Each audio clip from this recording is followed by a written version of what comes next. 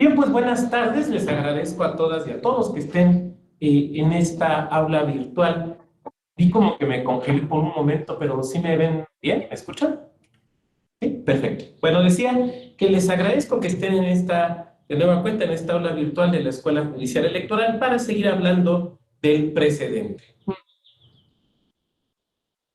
Ya el día de ayer habíamos platicado algunas cuestiones de cómo esta idea del precedente se vincula pues, con varias cuestiones. En primer lugar, esta idea de lo jurisdiccional, ¿no? Que es algo de lo que hoy haré algunas puntualizaciones, pero también la idea de la predictibilidad o vinculada a la certeza.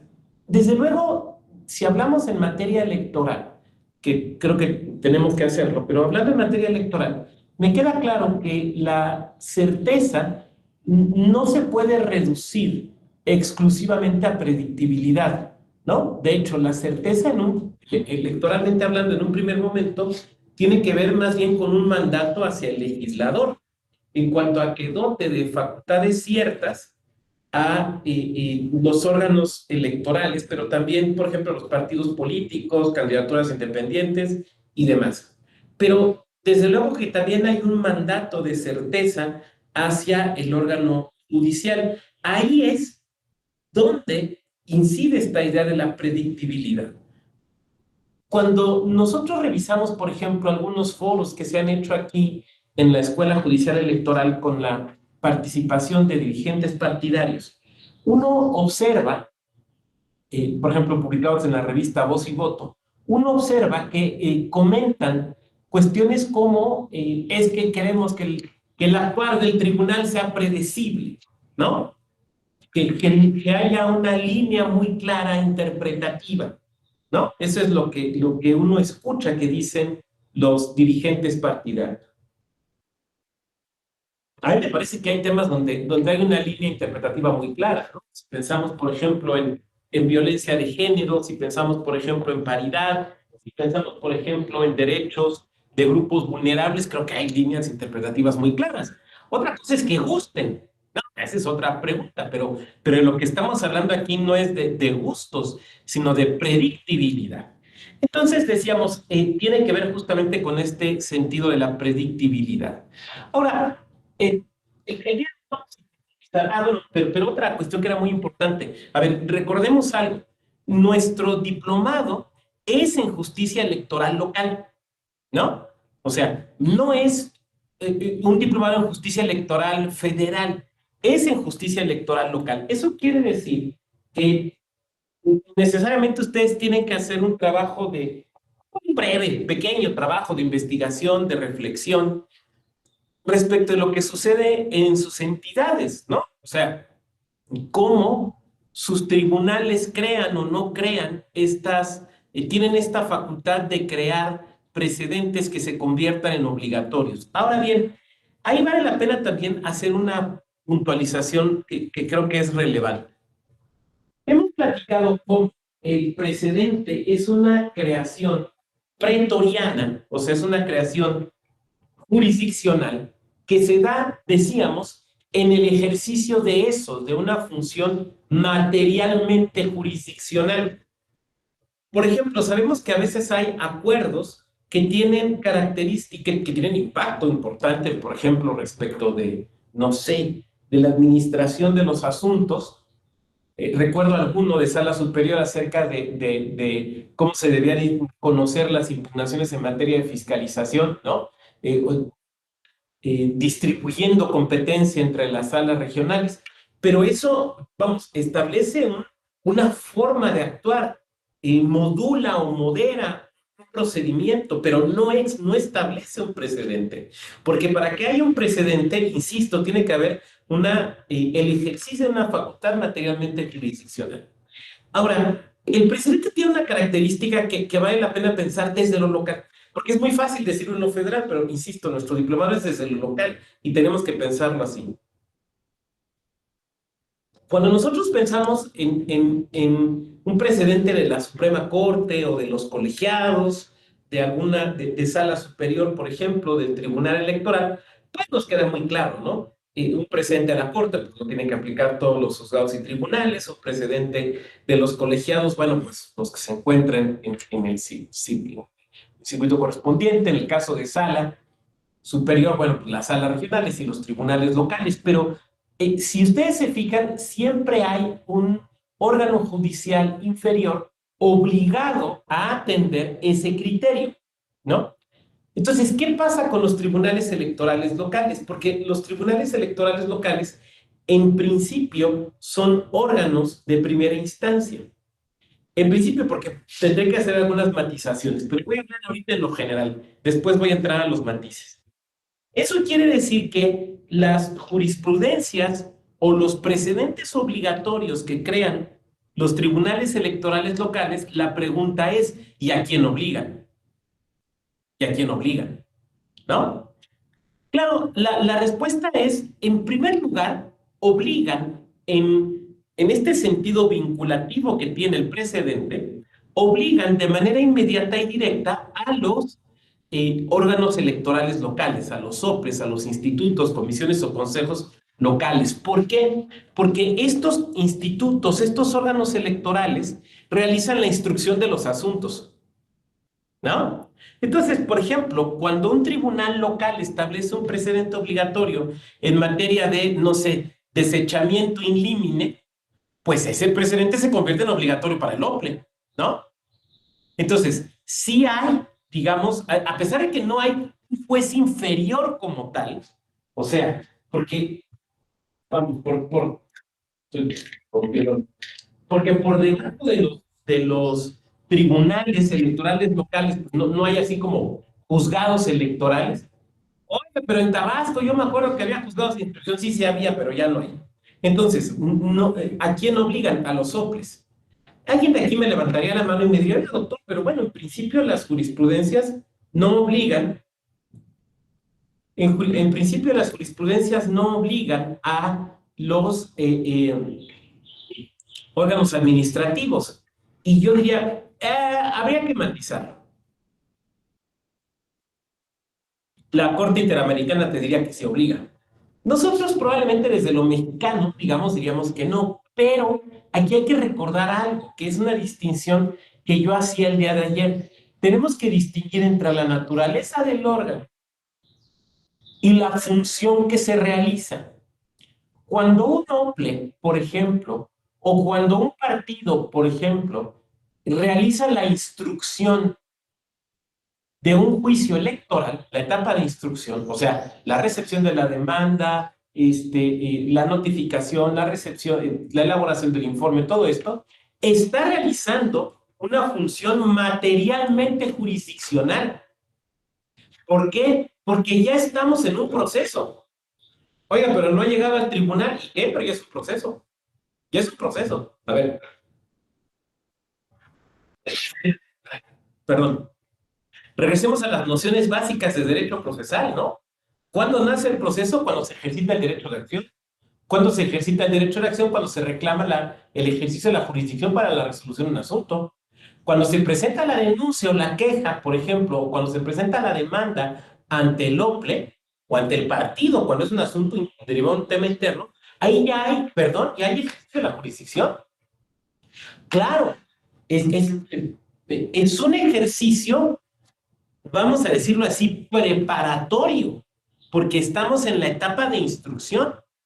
Pero ya en esa etapa de instrucción, desde luego, ¿qué tiene que hacer el órgano que realiza la instrucción? Atender los criterios fijados por el tribunal a cuya jurisdicción, o mejor diríamos, a cuya competencia se encuentra circunscrito, ¿no? Entonces, claro, ahí ya hay esa obligatoriedad de esos criterios que el tribunal electoral local va fijando. Como podrán desprenderse también de lo que he dicho hasta aquí, también desde luego para los partidos políticos, ¿no? Los partidos políticos que respecto, por ejemplo, de juicios electorales ciudadanos que se presenten en la entidad, tendrán que acatar los criterios obligatorios, los precedentes que vayan fijando ese tribunal electoral local.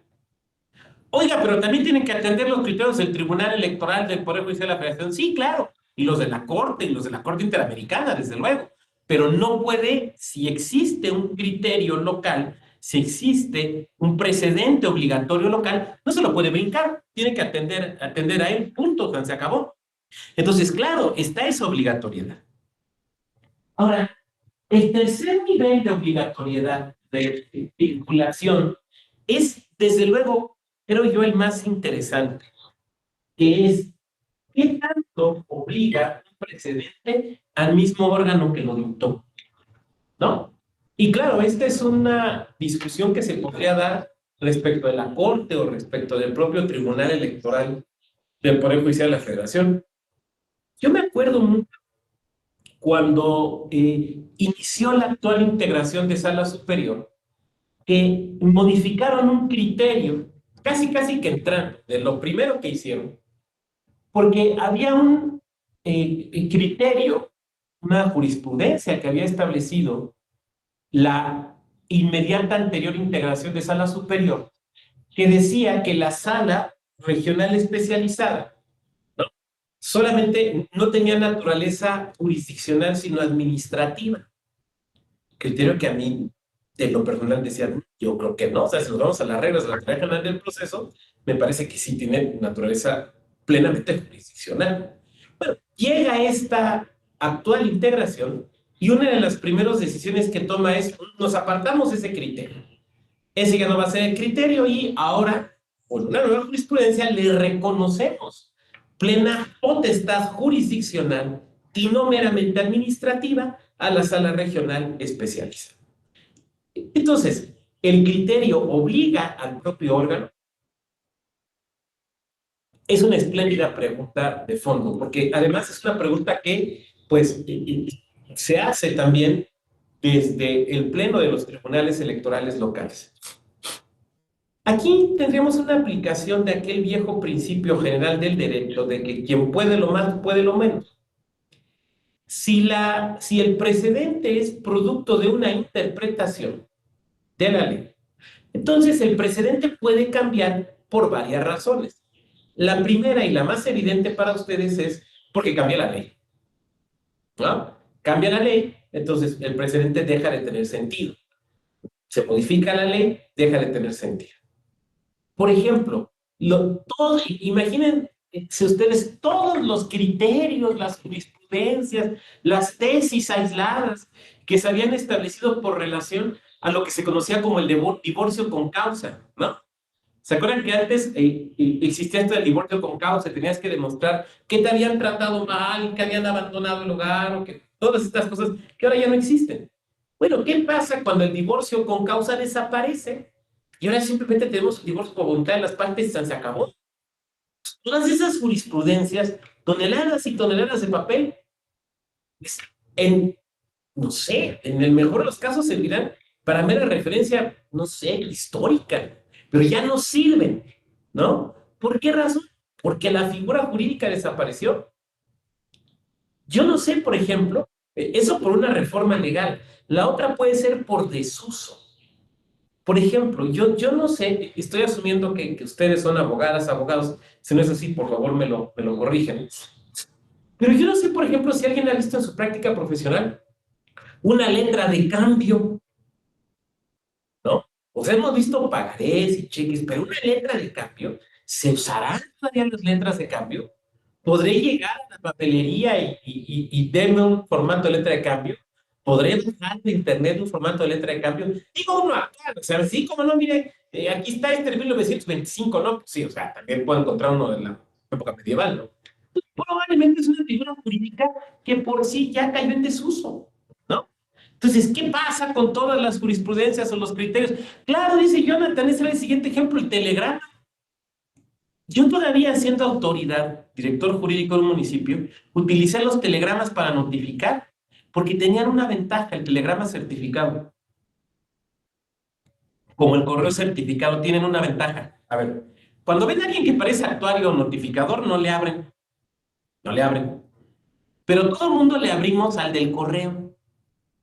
¿Mm? Entonces, era más fácil notificar así. Pero claro, el telégrafo. Yo supongo que en muy pocos años, si es que no ya, por ejemplo, por mero desuso, todos los criterios que se han establecido acerca de la notificación por fax. Yo no sé si alguien de aquí todavía ha visto un fax, o ustedes que son jóvenes y brillantes, probablemente jamás han mandado un fax, ¿no? Pues esas son cosas que ya, vamos, ni para el museo, pues, es lo que quiero decir. Entonces, bueno, ya sea por modificación legal o por desuso de la figura, puede decaer un precedente, simplemente ya no se van a usar. Pero, ¿qué pasa, decíamos, cuando, si el órgano que emitió el precedente está obligado a él mismo? Pues no. El órgano que emite el precedente también lo puede cambiar. También lo puede cambiar. Ahora, sin embargo, este cambio no debe ser caprichoso, ¿no? Por ejemplo, un requerimiento vía fax, bien. Por ejemplo, a ver, estoy hablando de esto cuando no es la ley la que ha cambiado, sino que ha cambiado la interpretación de la ley. ¿Por qué cambia la interpretación de la ley? Por muchas razones. La primera y la más importante de todas, porque nosotros no somos las mismas personas. Nuestra vida, permítanme citar a Borges de nueva cuenta, es el río de Heráclito, ¿no? El río es el mismo, pero el agua va cambiando. No pensamos ni decimos lo mismo que hace 5, 10 o 15 años. Permítame poner un ejemplo personal, porque tengo que pongo los ejemplos de ustedes, ¿no? Eso si quieren ahorita en las preguntas y comentarios va. Pero, por ejemplo, yo veo mi tesis de maestría, que la hice sobre garantía judicial, y me doy cuenta que lo que sostengo ahí como hipótesis principal, hoy me parece absolutamente equivocado, errónea. Hoy podría decir, esa interpretación que yo hacía estaba mal. Entonces alguien de aquí levantará la mano y mira, pues regrese tu título, ¿no? Si tanto le incomoda el trabajo que hizo, regréselo. Y diré, no, porque eso es lo que yo pensaba de buena fe en ese momento. Yo sostenía de buena fe en ese momento que debía interpretarse que el periodo de las magistraturas locales era vitalicio. Hoy creo, eso que sostuve está mal. Y si yo me encontrara con el joven que presentó esa tesis, le daría razones, espero que convincentes, de por qué creo que eso está mal. Ahora, la disposición constitucional no cambió. El que cambió fui yo, no la disposición constitucional. Vamos, es que veámoslo con algo tan sencillo como lo siguiente. Piensen ustedes, por un momento, en un libro, una película, un capítulo de serie que les guste mucho, ¿no? Que sean de sus clásicos personales. No sé, en Breaking Bad, cuando se muere Héctor Salamanca, o el capítulo final de Los Soprano, alguno de Ricky Morty, o en algún libro que para ustedes sea.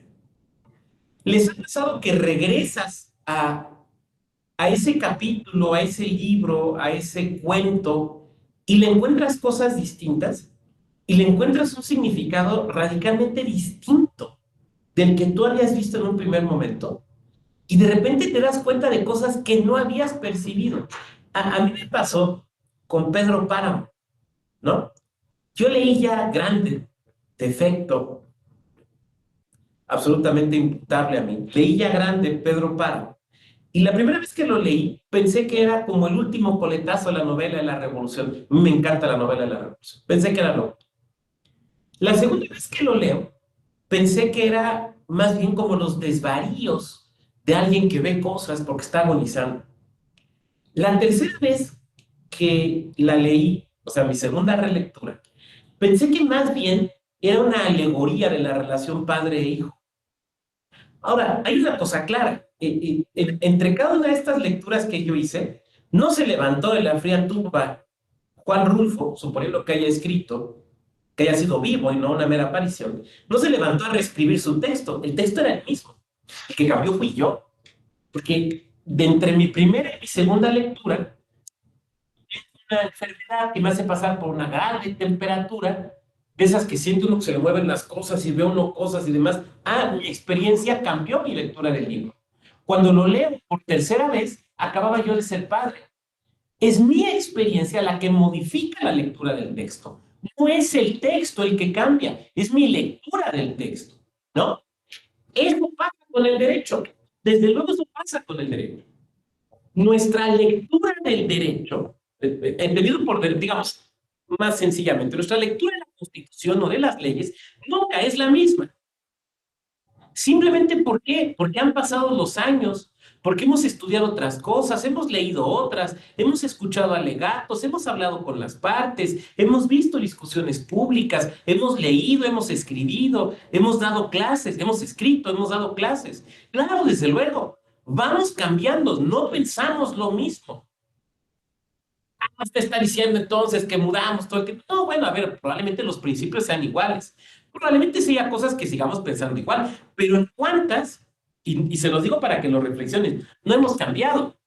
Bueno, es evidente, eso le pasa al juez, eso le pasa a la jueza. Claro, cambian. Y entonces, de buena fe, puede ser que hoy sostengan algo absolutamente distinto de lo que sostenían hace 5, 10 o 15 años. Y entonces el que creía firmemente en un precedente que incluso ayudó a establecer, puede ser que 4 o 5 años después digan, ¿saben qué? Me parece que no es la mejor solución. Y entonces uno podría estar tentado a pensar, es un caso de esquizofrenia jurídica. Ah, no, es que seguramente le conviene políticamente. No, no, no, no. A ver, a ver, no todo se puede explicar a partir de eso. No todo se puede explicar a partir de que, pues es que anda dando tú, no, sino que simplemente las cosas cambian. Porque además les voy a decir otra cosa pues esto que les voy a platicar yo no me lo he encontrado en ningún libro, pero siempre me lo he encontrado en la realidad, que consiste en lo siguiente. Los jueces suelen estar atentos a qué pasa con sus criterios. Los jueces y las juezas, sobre todo, miren, en materia constitucional y electoral, o sea, yo no sé en materia penal o agraria, no me dedico a eso, no sé, a lo mejor allá no. Pero estoy hablando de la judicatura que conozco un poco, que es la electoral y la constitucional. Suelen estar atentos a qué pasa con sus criterios. Suelen estar atentos a ver los efectos de sus criterios. Entonces, puede ser que un juez, que una jueza, piense, a ver, establecimos este precedente, pero lo que estoy viendo es que se provocó un desmadre. Pensamos que era la mejor solución, la más racional, la más respetuosa de derechos, la más adecuada para resolver el problema jurídico que se nos presentaba. De buena fe quisimos resolverlo y nos damos cuenta que la medicina salió peor que la enfermedad, diría mi abuelita. Entonces, la próxima vez que se presente un asunto, ¿saben qué? De esta naturaleza, ¿saben qué? Vamos a tener que cambiar el precedente. Es que ¿cómo es posible? Están dando bandazos. No, lo que pasa es que ya vimos que en la práctica no funcionó, que resultó peor. Entonces, claro, los jueces, las juezas, suelen estar atentos a los efectos de sus criterios. Pero yo decía hace un momento que este cambio no puede ser un cambio atrabiliario, ¿no? O sea, no puede ser un cambio meramente subjetivo, porque entonces sí se prestaría a suponer que pues, habría algún interés de tipo acomodaticio. Por lo tanto, cuando un tribunal, cuando un órgano judicial se aparta del criterio que ha venido sosteniendo, se aparta de su propio precedente, tiene que tomar varias precauciones. La primera es que lo debe hacer con honestidad. Dicho de otra manera, si te vas a apartar del criterio, dilo. No intentes darle la vuelta. Permítame decirlo así. No intentes demostrar que 2 más 2 a veces suma 5. No. Si te vas a apartar del criterio, dilo. Porque si lo que vas a hacer es decir que lo respetas para no respetarlo, entonces no estás siendo fiel con la idea misma del precedente. Entonces, si el órgano judicial tiene buenas razones para apartarse del criterio, lo primero que tiene que hacer es decirlo, decir que se está apartando del criterio, decir que lo está abandonando, decirlo con toda claridad y con toda certeza, ¿no? Así. Oye, pues tú me dijiste que querías ir a la playa, pues ya lo pensé, pero mira, la verdad es que en la playa me quemo y me salen manchas, mejor vamos a otro lado. Bueno, lo segundo es y es muy relevante, que tiene que precisar si se aparta en todo o en parte del criterio, o sea, de su propio precedente. Se aparta en todo o en parte. Tercero, de manera indispensable, tiene que dar buenas razones. Primero, para señalar por qué se aparta del criterio. Este paso no se lo debe de brincar ni aun cuando sea una cuestión de renovación del órgano. Voy a poner un ejemplo. En la mayor parte de bueno, en buena parte de no en todas, pero en buena parte de las entidades, la judicatura electoral local, digamos, moderna, surge a partir de la reforma de 2014. Pero en la mayor parte de esas entidades ya no quedan, en alguna habrá, pero ya no quedan magistraturas que fueron nombradas en 2014, sino que pues ya han entrado nuevas magistraturas y son nuevos plenos. Un nuevo pleno podría decir, nos apartamos del criterio del precedente que se había fijado en 2015. Está bien, pero ese pleno tiene que decir por qué. No puede simplemente decir, pues es que eran otros. No, porque el derecho jurisprudencial, el derecho creado por precedente, no nace o se destruye cada que hay un cambio de integración. Entonces, te vas a apartar, está bien, es tu derecho a apartarte. Tienes que dar las razones. Y la razón no puede ser simplemente, pues es que fue cuando fue magistrado Gabriel, pero pues ahora ya no está. Entonces ya cambiamos el criterio. Cámbialo, pero da las razones. ¿Por qué? Porque el precedente es una regla. Es una regla interpretativa obligatoria.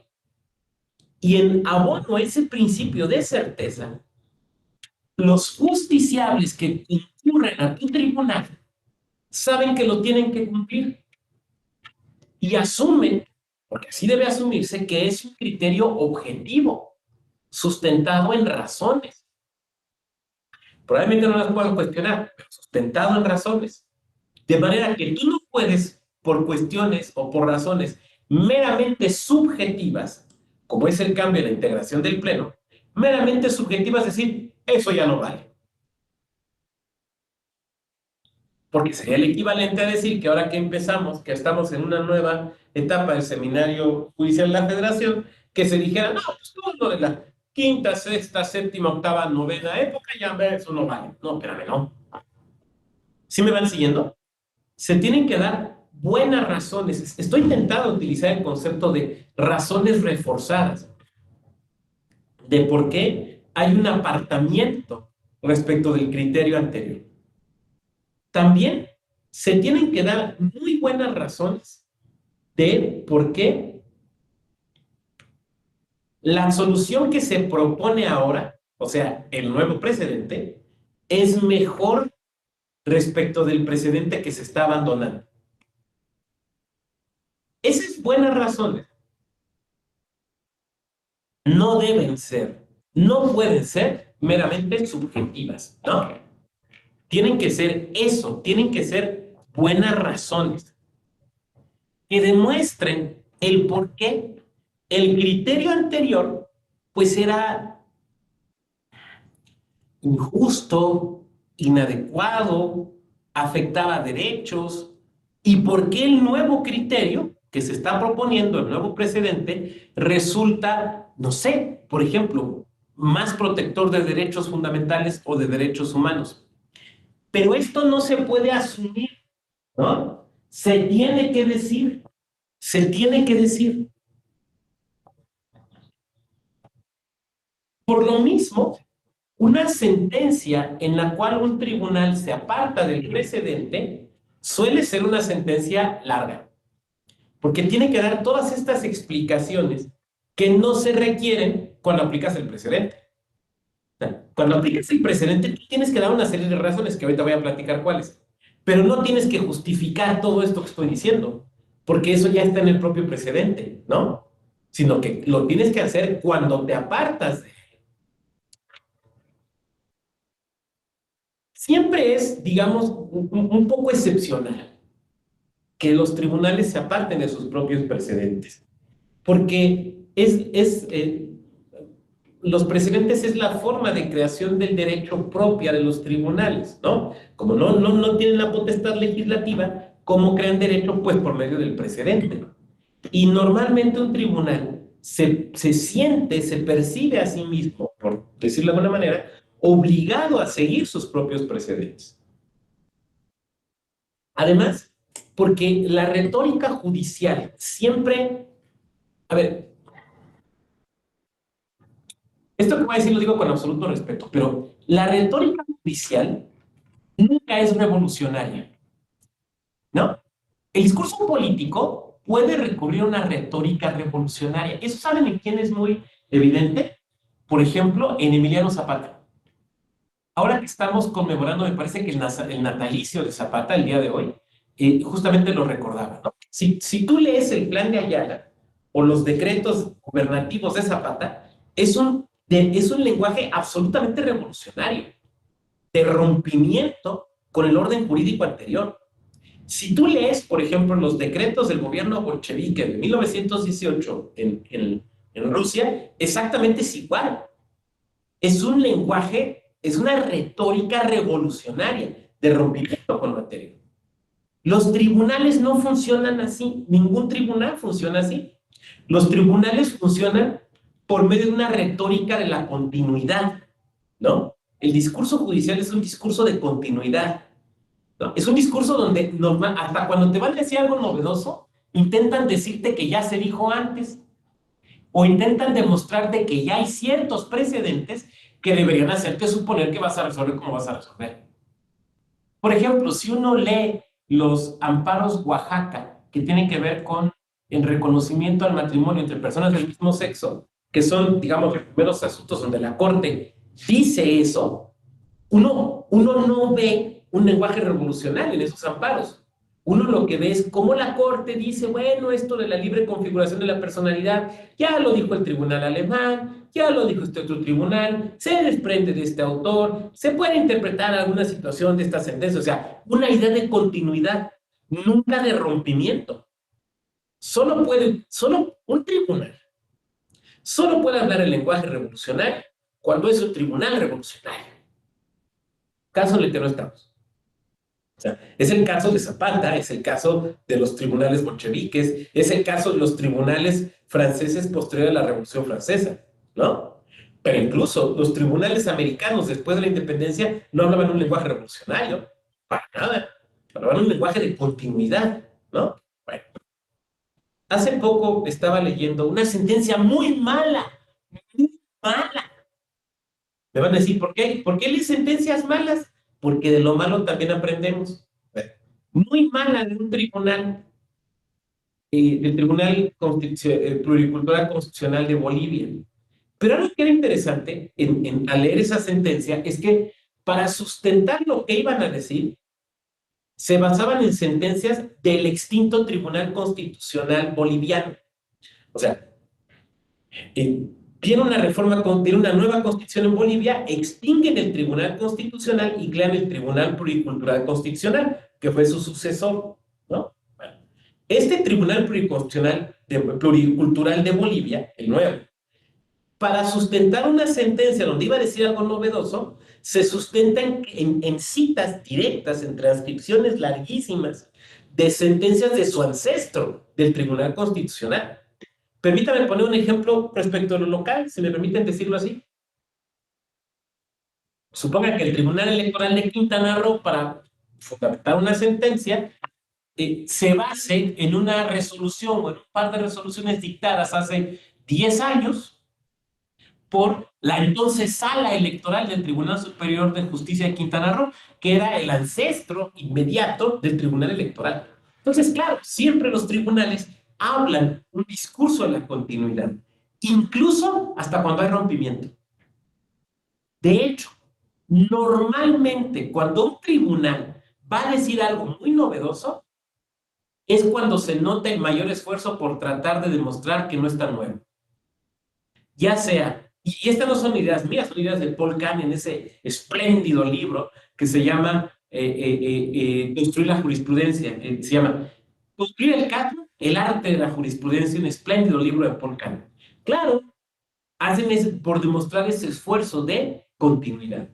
Entonces, un tribunal electoral local puede alejarse de su propio criterio precedente. Sí, claro, sí lo puede hacer, pero con todas estas hondas prevenciones y cuidado del que yo estaba hablando. El precedente, entonces, es, vamos construyendo, si no un concepto, sí algunas ideas centrales.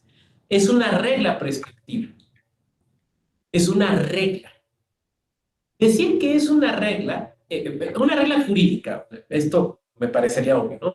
Decir que es una regla quiere decir que frente al precedente podemos decir se cumple o no se cumple. Y es una regla que se tiene que cumplir. Alguien de aquí me podría decir, bueno, doctor, pero ¿qué pasa cuando el precedente lo que establece es la necesaria aplicación de un principio? O, por ejemplo, cuando el precedente te dice, imaginemos un precedente así que hay muchos como el que voy a decir. Un precedente que nos diga, cuando haya colisión de derechos humanos político-electorales, el Tribunal Electoral Local deberá proceder a realizar un ejercicio de ponderación, ¿no? Entonces me van a decir, bueno, es que ahí no funciona como regla, porque la ponderación no es una regla, es un método interpretativo. Y yo diré, sí, pero a ver, lo que estamos diciendo es que el precedente es una regla, no lo que manda el precedente, son dos cosas distintas. El precedente es el continente, lo que manda es el contenido. Lo que yo estoy diciendo es que el continente es una regla. Entonces, supongamos que el compañero Jonathan fuera magistrado local y entonces le llega esta situación y ve que tiene que resolver un asunto donde hay colisión de derechos y se encuentra con un precedente de sala superior que dice, tiene usted que realizar ponderación. ¿Cómo haga la ponderación, Jonathan? Es otra pregunta. Si lo hizo bien o lo hizo mal. No, es que siguió el método de Alexi, mejor hubiera hecho el de Barak, pero se fue por el de Alexi para hacer sumas y restas.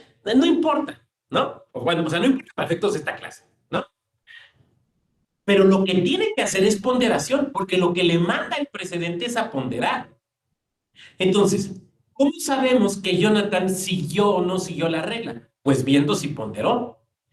Si no ponderó, no siguió la regla. Así de sencillo. No aplicó el precedente. No fue respetuoso del precedente. Otra pregunta será la calidad del ejercicio de ponderación que realizó Jonathan. Pero ahí la pregunta ya no es entonces si siguió o no siguió el precedente, porque si lo siguió.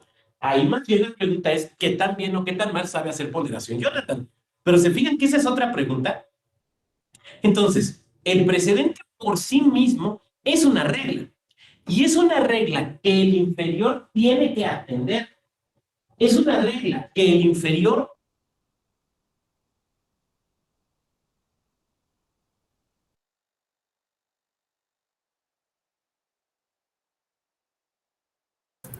Doctor, Pero creo se que se dejaron de apagó su escuchar, ¿verdad? micrófono. Sí, se apagó su Ya, ya, micrófono. ya. Ya. ¿Quién sabe por qué se votó? Decía yo que el precedente es una regla, tal como si lo hubiera establecido el órgano legislativo. Y entonces el sujeto obligado respecto al precedente la tiene que aplicar, punto, se acabó. Oiga, ¿eso quiere decir que no puede discutir el precedente? Creo que ya no estamos entendiendo. Puede y no. Fíjate bien. Le voy a poner un ejemplo. Este es un caso concreto. Ya les platiqué el caso de cuando me topé con un magistrado enojado. Pues eso no se los he comentado, ¿no? Bueno, ahí les va el asunto. Ustedes saben que es una anécdota real, ¿eh? Que la constitución vigente de 1917, pues se firmó se hizo y se firmó en la ciudad de Querétaro, ¿no? Bueno, entonces cada 5 de febrero ya saben, ¿no? Hay que ir a inciensar la constitución y sacar discursos y todo. Entonces cuando yo vivía en Querétaro y era consejero electoral, pues nos llevaban al evento, ¿no? Nos invitaban. Hay gente que dice, qué evento tan importante que te invitaban y demás. Pues la verdad es que íbamos de seat fillers, ¿no? O sea, a llenar las sillas. Y decían, pues este señor debe tener un traje que se venga, ¿no? Ahí íbamos los consejeros electorales. Y terminando un evento, me acerco con un antiguo magistrado electoral, que en ese momento ya no era magistrado electoral, era magistrado penal. Me acerco a saludar, me saluda y lo noto enojado. No, ahí en el foyer del Teatro de la República, lo noto. O sea, me saludó enojado, pero no enojado, hacia mí, sino enojado. Había cierta confianza, y le digo, ¿qué pasó, magistrado? Lo percibo enojado, ¿qué pasó? Entonces me cuenta, mira, va, es que fíjate el asunto que nos acaba de llegar, y me platica el asunto. Es un asunto penal, donde lo que sucede es que un juez penal local determinó que no podía aplicar cierto artículo del Código de Procedimientos Penales nacional porque le parecía que era inconstitucional. Cuando me dice eso, yo dije, bueno, pues ese es el ejercicio del control difuso de constitucionalidad, ¿no? Entonces yo empecé a pensar, ¿no? El juez lo puede hacer. A lo mejor lo que le molestó al magistrado es que no lo hizo bien o que los argumentos son pedestres, no sé qué. Entonces le digo, ¿cuál es el problema? Y me dice, Pablo, es que ya hay jurisprudencia de la Corte diciendo que ese artículo es constitucional. Ah, es que a este señor juez se le olvidó que el precedente lo que establece, a ver, cuando tú tienes un precedente lo tienes que aplicar, no lo discutes, se aplica, se convierte en una razón para la actuación, en una razón para obrar, en un sentido determinado. ¿Cuál? El que te marca el precedente. Oiga, doctor, me van a decir, pero a lo mejor el señor juez penal tenía buenas razones. Ya me las platicó, en ese momento no las recuerdo, miren, no soy penalista, no me acuerdo de ellas, no son relevantes en este momento. Pero supongamos que ese juez penal hubiera tenido racionalmente buenas razones, como para sostener que lo que había dicho la Corte estaba mal. Bueno, es que un precedente se puede discutir racionalmente, pero no se puede discutir para efectos de aplicación. ¿Sí me explico? El precedente sustituye la discusión. El precedente libera al que lo tiene que aplicar de todo ejercicio interpretativo respecto del supuesto en particular. ¿Por qué? Porque lo único que tiene que hacer es aplicar el precedente. Ya, se acabó.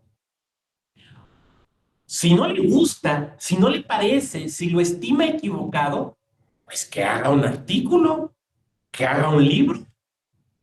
Si a ustedes les pasa en su trabajo, lo digo en serio, no estoy siendo sarcástico, ¿eh? De verdad no estoy siendo irónico. Si a ustedes les pasa en su chamba, oiga, doctor, es que está jurisprudencia. ¿Saben qué? Lo digo en serio. Háganos un espléndido artículo para la revista Justicia Electoral y será un gusto publicárselos. Pero no puedes ignorarlo. O sea, en tanto autoridad, lo tienes que aplicar, ¿no? Entonces, si Gabriel es magistrado, lo tiene que aplicar. Pero si Gabriel, aparte de magistrado, es escritor jurídico, puede ser que nos haga un artículo. Y entonces, no hay ninguna, ¿cómo decirlo? No hay ninguna inconsecuencia en el obrar del Gabriel magistrado que aplica el precedente al Gabriel autor que lo critica en un texto. Lo que estaría mal sería que fuera al revés, que al resolver el asunto, el Gabriel escritor fuera el que dictara la sentencia en lugar del Gabriel magistrado. ¿Sí me van siguiendo? Entonces, el precedente con su fuerza de regla, lo que hace es decir, ya no discutas, aplícame. No porque no sea racionalmente discutible, lo es, sino por un principio de autoridad.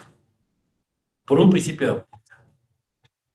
Permítame de nueva cuenta poner algún ejemplo personal en materia electoral.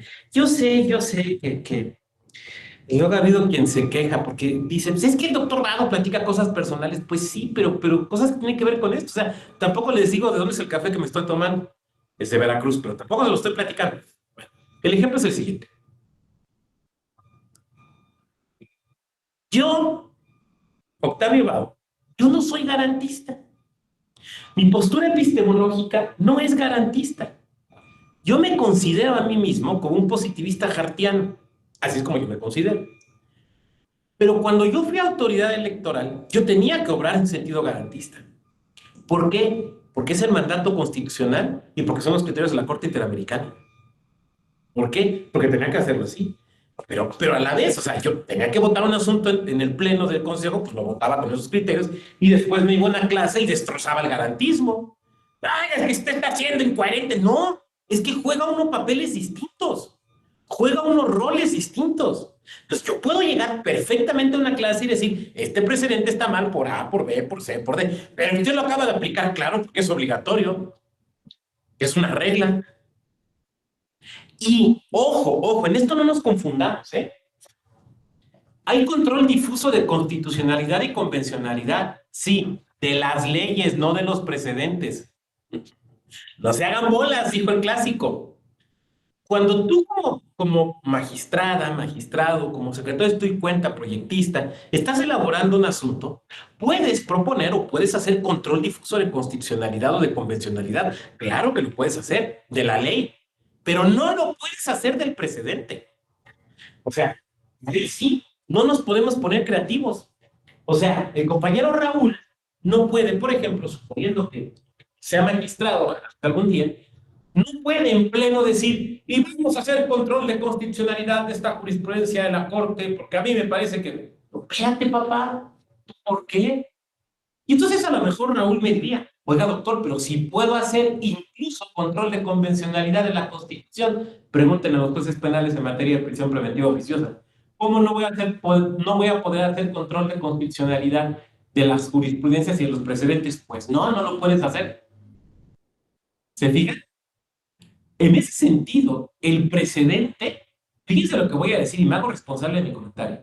El precedente puede ser más potente que la ley, porque ese sí no está sujeto a control.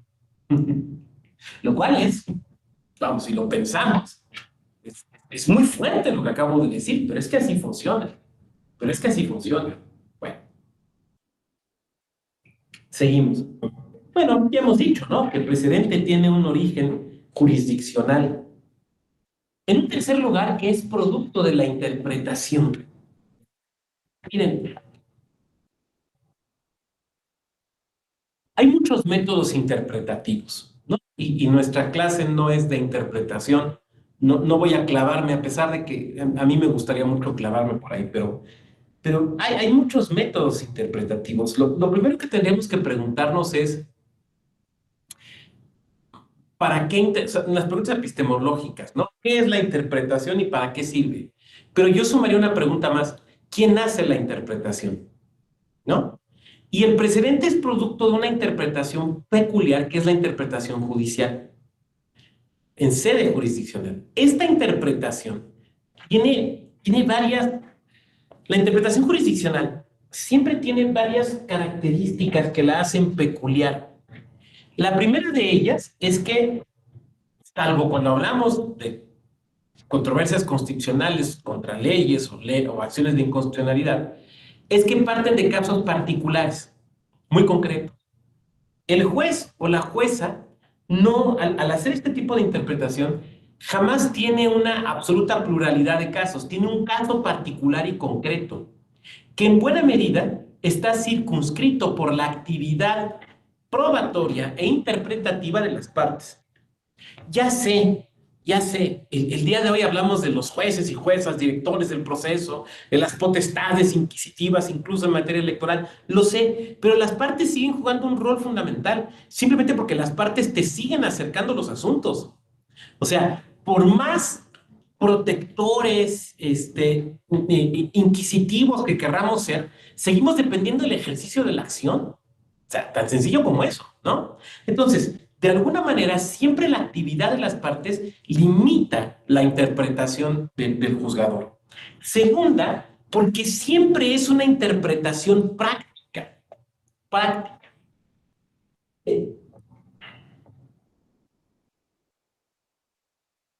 De hecho, es una interpretación que solo existe cuando se realiza. No sé si han pensado en esto, pero la interpretación judicial solo existe cuando se realiza. Les voy a poner un ejemplo. Dice un antiguo miembro del Supremo Tribunal brasileño, Eros Grau. Tiene un estilo muy peculiar de escribir, pero es un hombre muy inteligente. Dice que la interpretación, y no es el primero que lo dice, pero que la interpretación jurídica se parece a la interpretación musical. En tanto, la interpretación existe hasta que se hace. A ver, voy a tratar de ponerlo con un ejemplo. Supongamos que el compañero Franklin sea un espléndido intérprete del piano, sea un gran pianista, y que terminando la clase y saliendo de su jornada laboral, va a ponerse a tocar el piano, ¿no? Entonces Franklin tiene sus partituras. Ahora, mientras esas partituras están ahí en su casa, guardadas, ¿hay música? No, no hay música, hay unas hojas ahí con unos símbolos, pero nada más. ¿Cuándo hay música? Bueno, Franklin saca partituras, las pone y se pone a tocar, ¿no? O sea, la música hay cuando se interpreta. En ese momento hay música, no hay música antes. Antes son símbolos. La interpretación jurídica es exactamente igual. O sea, mientras ustedes están tomando esta sesión, estamos en esta charla entre amigos, ustedes atrás tienen sus códigos, sus leyes, sus repertorios de jurisprudencia, lo tienen ahí en la computadora. Ahí no hay derecho, ahí hay palabras, símbolos. Cuando ustedes lo toman, y entonces dicen, bueno, ya acabó la clase, a ver, vamos, me regreso al proyecto que estoy trabajando. Ah, entonces nace la interpretación. Es cuando hay interpretación, no antes, no después. En eso nos parecemos. Por eso no deja de ser curioso. Nosotros somos intérpretes del derecho. Pero ¿cómo le llamamos a los cantantes y a las cantantes? Intérpretes. Peso Pluma es intérprete. Podríamos cantar, ¿no? Compa, ¿qué le parece ese precedente? Estaría interesante cantar algo así. Pero bueno, me regreso aquí a mi nota. Esta interpretación que da lugar a un precedente es una interpretación novedosa. Porque si no fuera novedosa, no sería un precedente. O sea, a ver, lo que estoy tratando de decir es esto, que cuando nace un precedente, ese precedente es nuevo, porque no existía antes. Si hubiera existido antes, entonces no nace el precedente. No sé si me explique. O sea, si ya hay una regla jurisprudencial previa, esa es la que aplicas. ¿Cuándo nace el precedente? Cuando no la hay. Por eso todo precedente de origen es una interpretación novedosa. ¿Cuándo se puede dar una interpretación novedosa? Primero, cuando la disposición jurídica sea nueva. Vuelvo al ejemplo de la reforma de 2014. Debe haber paridad también en los ayuntamientos. Ok, pero paridad horizontal o vertical. O sea, paridad hacia adentro del órgano colegiado o también paridad en el número de mujeres que se deben de postular a las presidencias municipales. Y ustedes me van a decir hoy, 2023, es muy claro, doctor, tiene que ser en las dos. Sí, hoy, porque lo dijo un precedente. Pero en 2014 no era claro, en 2015 no era claro. Tan no era claro que tuvo que llegar un precedente para decirlo. O sea, tuvieron que llegar los asuntos a Sala Superior y Sala Superior lo tuvo que decir. Sala Toluca decía una cosa, Sala Monterrey decía otra, llega a Sala Superior y dice, a ver, el criterio es este, papá. Entonces, claro, hoy ya lo sabemos. ¿Por qué? Porque se generó un precedente. Antes de ese precedente no se sabía cómo. Por eso, cuando nace el precedente, es novedoso. Siempre el precedente es novedoso. Ahora, desde luego, es una novedad, como cualquier novedad humana. O sea, es una novedad basada en algo que ya existe. Es muy difícil, por no decir que imposible, afirmar que existe algo absolutamente nuevo, ¿no? Ya lo decían los romanos, no me sé la frase en latín, pero la frase es latina. No hay nada nuevo bajo el sol. Entonces, claro, el precedente se construye sobre cosas que hay antes, pero dice algo que no se había dicho antes. Eso es lo que quiero decir. Dice algo que nadie había dicho, basado en lo que ya venía de atrás, ¿no? En la corriente de pensamiento, en ciertas líneas jurisprudenciales, pero dice algo nuevo. En ese sentido, el precedente es novedoso. Ahora, creo, y si quieren, insisto, también podemos debatir. Un tribunal no está para inventar novedades. O sea, un tribunal está para resolver conflictos de una manera racional, práctica y ejecutable. Desde luego, conforme al derecho. Esa es la función de un tribunal. Un tribunal no está solamente para... Ok, van a tener que estar en... Un tribunal no está solamente... Vamos, un tribunal no se puede plantear como objetivo ser novedoso. Un tribunal se puede plantear como objetivo resolver con justicia, tutelar derechos, ser objetivo, ser imparcial, eso sí, pero la novedad por la novedad no. La novedad por la novedad está bien para quien quiere escribir. Voy a decir algo nuevo que nadie jamás antes ha dicho. La verdad es que es difícil pensar que eso suceda, pero no. Entonces, un tribunal no debe marcarse como un objetivo el ser el más novedoso. Simplemente pues, el ser el más protector de derechos, el más objetivo, el más imparcial, el más independiente, no sé. Ese debe ser el objetivo, pero no el ser novedoso, no sé si me explique. Lo va a hacer a partir de sus precedentes, pero no porque quiera ser novedoso, sino porque tiene que serlo. A ver, cuando esta disputa acerca de cómo había que interpretar la paridad de los ayuntamientos llega a Sala Superior no puede decir, es que vamos a decir algo absolutamente nuevo para que todo el mundo se sorprenda. No, para eso escribe usted un libro, de una conferencia. No, usted tiene que resolver un problema. La pregunta es, ¿qué paridad es la que tiene que aplicar conforme los principios, los criterios, conforme los principios del sistema jurídico mexicano, constitucional, y los valores que están detrás de esos principios? Ahora, ¿Sala Superior dijo algo nuevo? Sí. ¿Por qué? Porque la disposición era nueva. Pero no porque quisiera decir algo nuevo, no sé si me explique. O sea, la novedad en el derecho, particularmente en el derecho jurisprudencial, la novedad por sí misma no es una virtud, tampoco es un objetivo, es un efecto.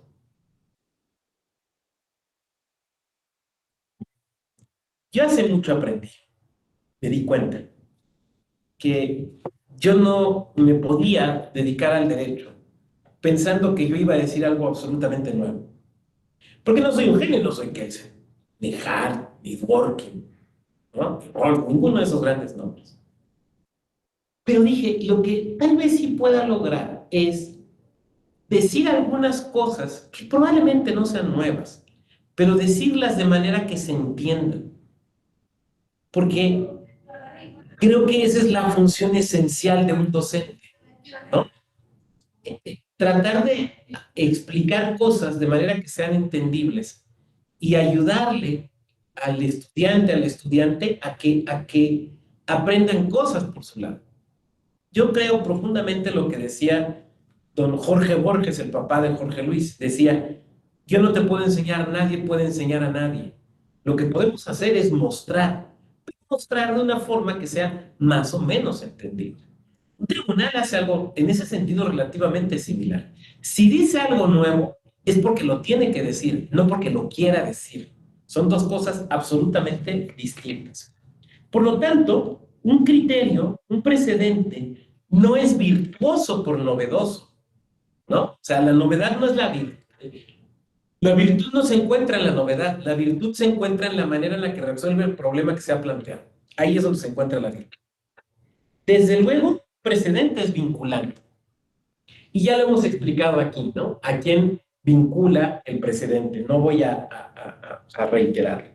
Pero por último, y esto es muy importante, el precedente enseña por medio del ejemplo,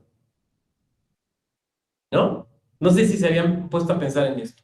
El precedente enseña por medio del ejemplo. ¿Por qué? Porque el precedente lo que te hace es decir, o sea, ¿cómo funciona el precedente? Lo que hace es decir, cuando se te presenta un asunto de este tipo, tú tienes que resolver de esta manera. Esa es una característica que tiene la regla del precedente que no tiene la ley. Una ley no enseña en virtud del ejemplo. Una ley no contiene ejemplos. Una ley, un dispositivo, una disposición jurídica, dentro de una ley, contiene el supuesto de hecho y la consecuencia jurídica, pero no tiene el ejemplo.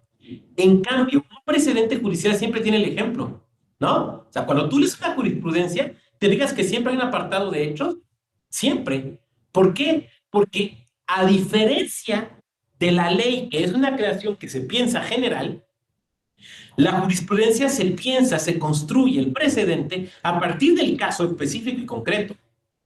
Por lo tanto, los hechos se vuelven relevantes. Y entonces tiene esa virtud ejemplificativa.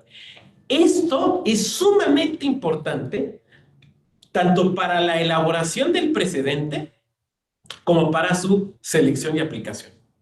A ver, ustedes han visto que actualmente tanto en la Judicatura Federal, digamos, tanto la electoral como la no electoral, se maneja ya una forma distinta de las jurisprudencias. O sea, ya no es el bloque así, el parrafote largo, ¿no? Se fijan cómo son ahora, donde está el supuesto de hecho, la decisión y la razón jurídica. ¿Por qué se construye así? En buena medida por esto. A ver, todo precedente surge de casos. ¿Estamos de acuerdo? Surge de un caso. Ok. Eso quiere decir que hay circunstancias de hecho. Esas circunstancias de hecho vinculadas con la norma son las que justifican el precedente y lo explican y lo hacen necesario.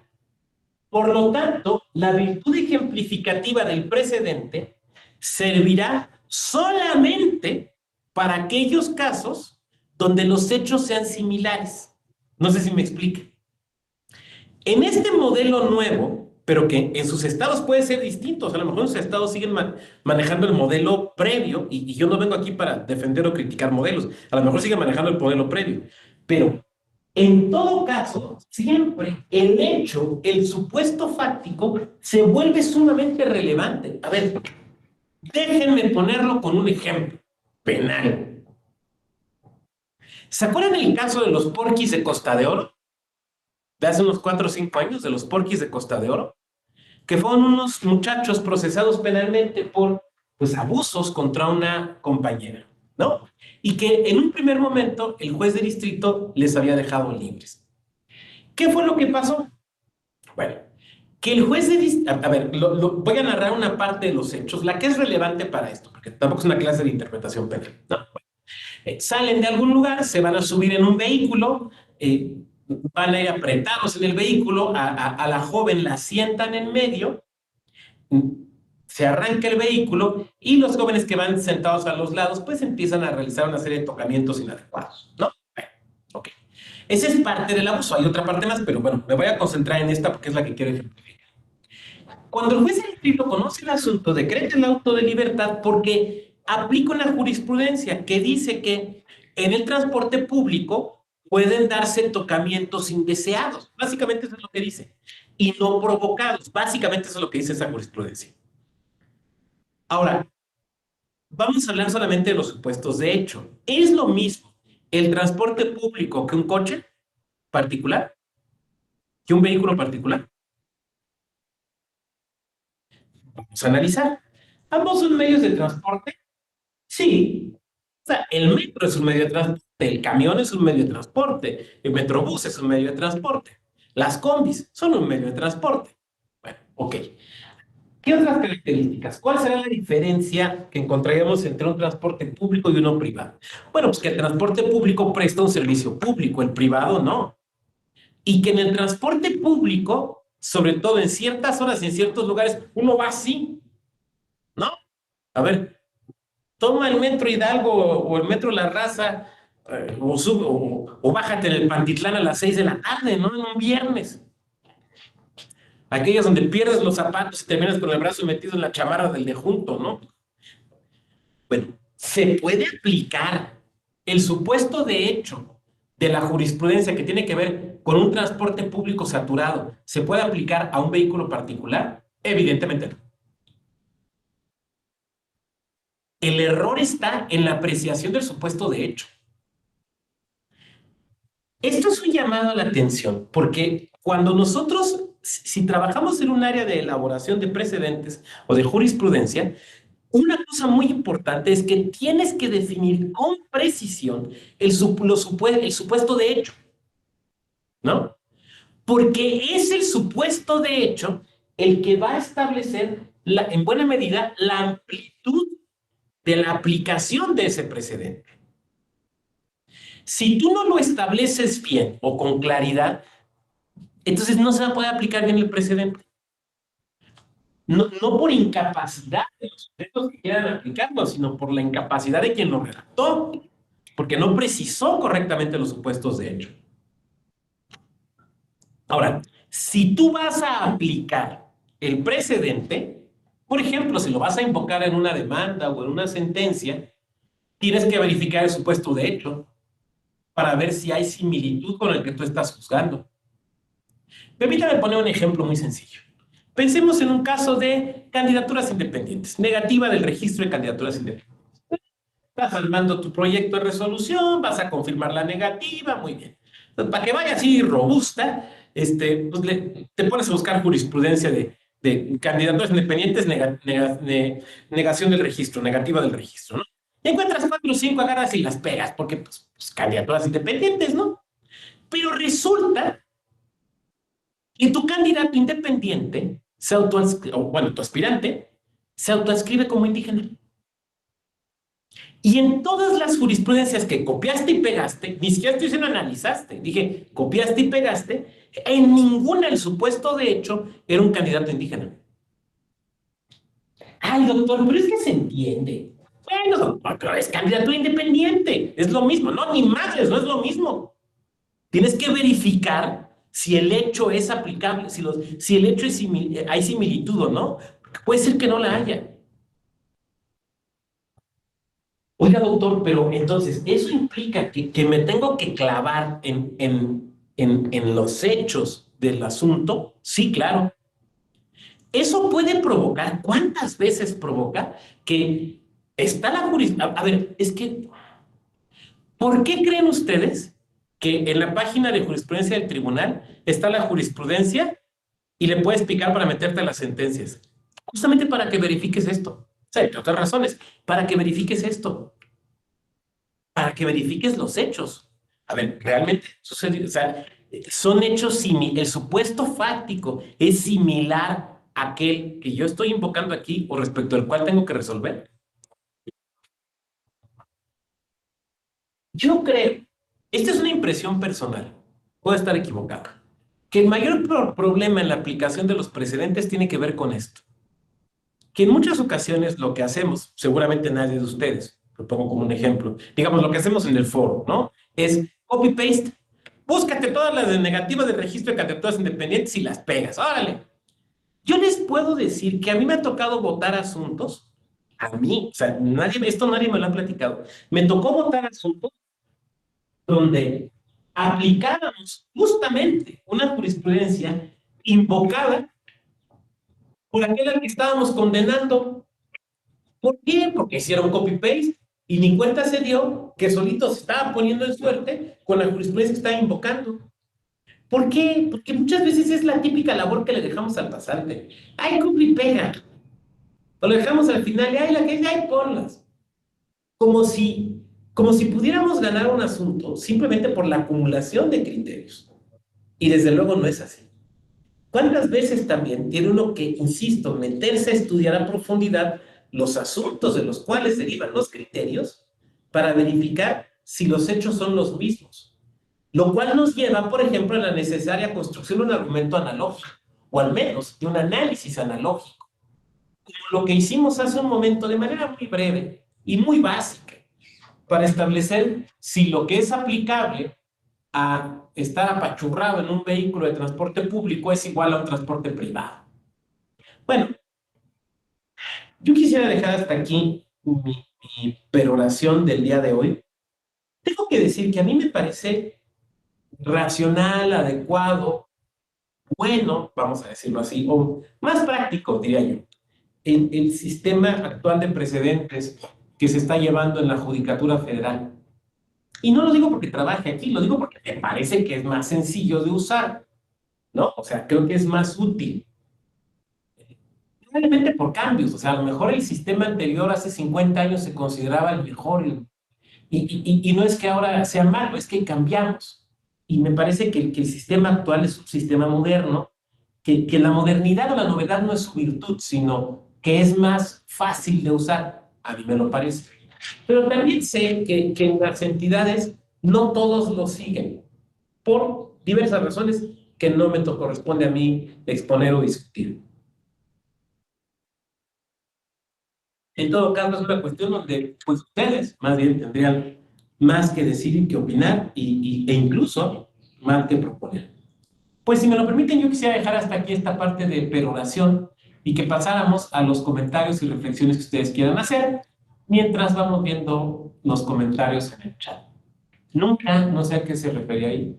Es como los telegramas, sí, sí, en 2015, sí, muy bien. Ministro Saldívar consideró ahora que su propuesta de reforma judicial 2021 está incompleta, siempre no fuera definitiva. Claro, no hay ninguna reforma definitiva.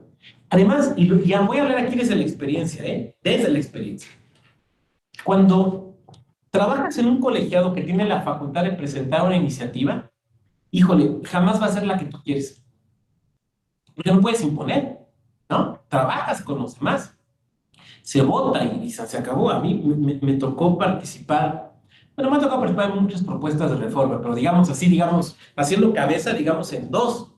Y en ninguna de las dos quedó exactamente como yo quería. ¿Por qué? Porque construyes con los otros, con las otras personas, ¿no? Entonces, sí, claro, y le pasa eso a la corte, porque es un colegiado. Entonces, y por otra parte, una reforma puede tener la mejor de las intenciones y en la aplicación nos podemos dar cuenta que algo faltó. Esto que he platicado aquí de los ayuntamientos, por ejemplo, en el tema de paridad en 2014, claramente fue un defecto de la reforma de 2014 porque no se definió. Se debía haber definido, se les pasó. Bueno, pues a veces las reformas se mejoran por interpretación judicial, a veces se mejoran por pues, la existencia de una nueva. Pero sí, ¿no? Es como la reforma del 96 en materia electoral, ¿no? Que se vendió como la reforma definitiva, pues hemos seguido con reformas y va a haber más reformas en el futuro. No hay de otra. Muy bien, ¿quién quisiera participar?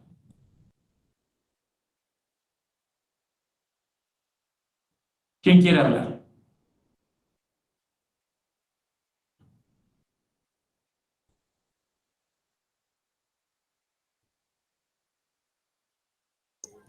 Oiga, doctor, a mí si me permite, no sé si pudiera ahondar un poquito más en el tema de esto que comenta usted de que el presidente enseña a través o por medio de un ejemplo ahí como que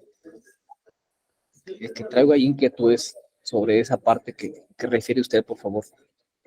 Es que el precedente es el criterio, pero el criterio se ilustra con el ejemplo. ¿Cuál es el ejemplo? Los supuestos hechos del caso donde surgió el precedente.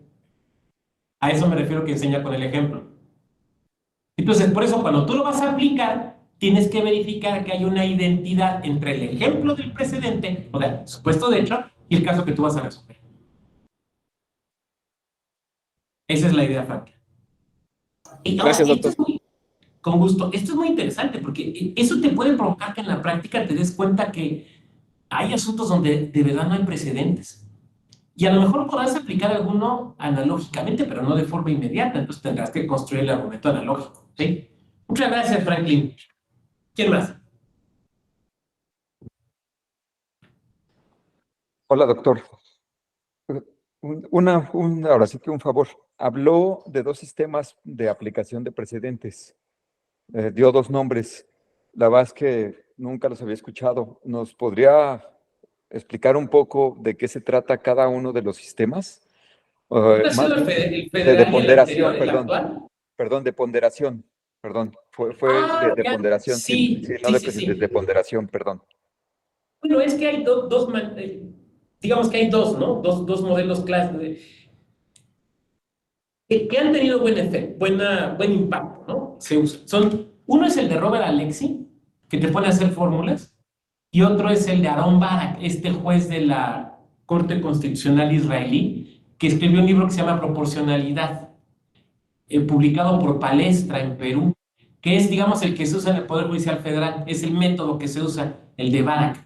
El de Alexis se dice que es más, o sea, como con efectos ilustrativos que prácticos, ¿no? Entonces yo creo que el de Barak es el que más se utiliza.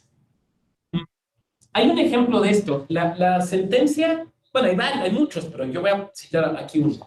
La sentencia que permite el uso lúdico de la marihuana, bueno, que se ocupó del uso lúdico de la marihuana, esa aplica el de Barak y ahí se va explicando paso por paso en qué consiste y cómo se aplica. Hay muchos otros textos, hay de jurídicas de la UNAM y demás, pero digamos como que la Biblia en México es Barak. Aaron Barak. Gracias, doctor. Con gusto. ¿Quién más?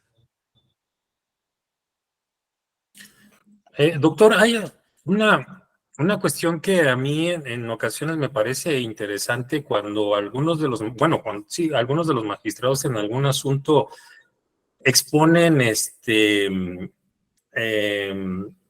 me fue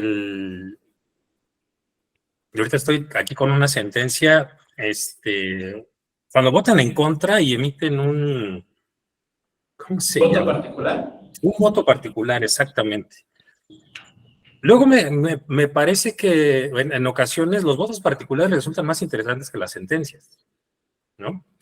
Entonces, pudiera ser que, como usted mencionaba en el transcurso de la plática, la siguiente reforma, se pudiera dar algún valor a los votos particulares, o sea, es decir, porque también mencionan precedentes que no fueron considerados en la sentencia aprobada, ¿no? Y le digo, me parecen que luego los votos particulares exponen conceptos más interesantes incluso que las sentencias. ¿Pudiera en el futuro dársele algún valor a los votos particulares como tal? Pues la verdad es que hay veces que el voto particular se convierte lo que hoy es voto particular después se convierte en mayoría. Yo me acuerdo mucho un caso muy famoso que es el caso del poeta de la bandera, ¿no? Que llega hasta la corte un amparo en revisión, donde la mayoría se va por cierto criterio, en su momento tachado de formalista, yo no estoy tan seguro, pero bueno. Pero hay un voto de minoría. Sí, el poeta maldito exactamente, Wurz, me parece que se apellida de Campeche, si no me equivoco. Pero hay un voto de minoría del ministro Cosío y no me acuerdo si del ministro Aguirre Anguiano. Y ese voto de minoría es el que después fue el criterio de la Corte. Entonces, claro, sí, esto desde luego puede suceder, sí, desde luego. A veces tienen esos efectos, sí. Muchas gracias, Gabriel.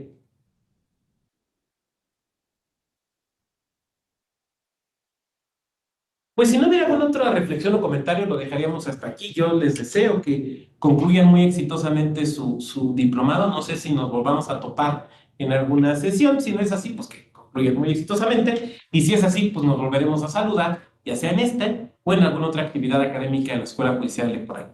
Muchas gracias y muy buena tarde. Muchas gracias, Muchas gracias, doctor. doctor. Que tenga muy buena tarde. Hasta luego. Gracias, doctor. Buenas tardes a Gracias, todos y un gusto. todos. Hasta luego. Hasta luego. Hasta luego.